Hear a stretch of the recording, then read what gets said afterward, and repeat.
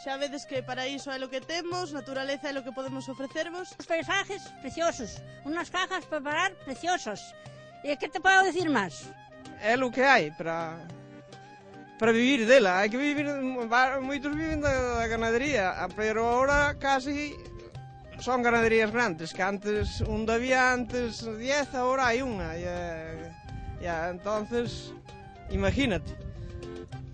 Bueno, a cousa máis guapa que ten Santalla para min é a convivencia en general entre todos, que para min é o máis grande. E despois o que ten á vista. E a xente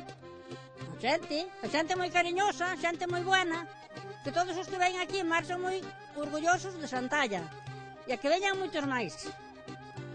Ha habido muchos cambios. Cuando yo vine para aquí había pocos coches, la gente todavía andaba mucho a caballo y gracias a Dios todos andan en coche. Hoy se vive ya bastante del turismo, que acompaña a la ganadería, que es un complemento. Sí, nacín, como se suele decir, nacín entre as vacas.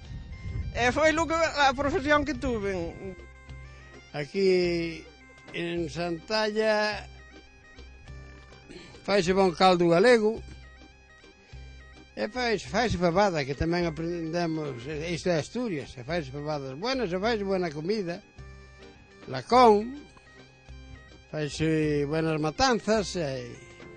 Una de las cosas a destacar en esta parroquia de Santa Eulalia es la fiesta del Corpus, que se celebra todos los años y que desde hace 4 años la gente empezó a hacer alfombras florales.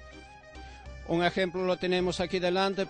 Bueno, aquí temos, vos apetece vir pasar un fin de semana por aquí, tranquilos, relajados, temos un montón de rutas. A que ten máis éxito é a Seimeira, porque é unha ruta sobre 2 horas, máis ou menos, é unha ruta faciliña que pode facer todo o mundo e acaba nunha cascada preciosa. Estou moi orgullosa del pueblo de Santalla. Estou invitando a todo Asturias de que veñan pasar vacaciones a Santalla, que é o máis bonito que tenemos. ¡Vivir en Santalla!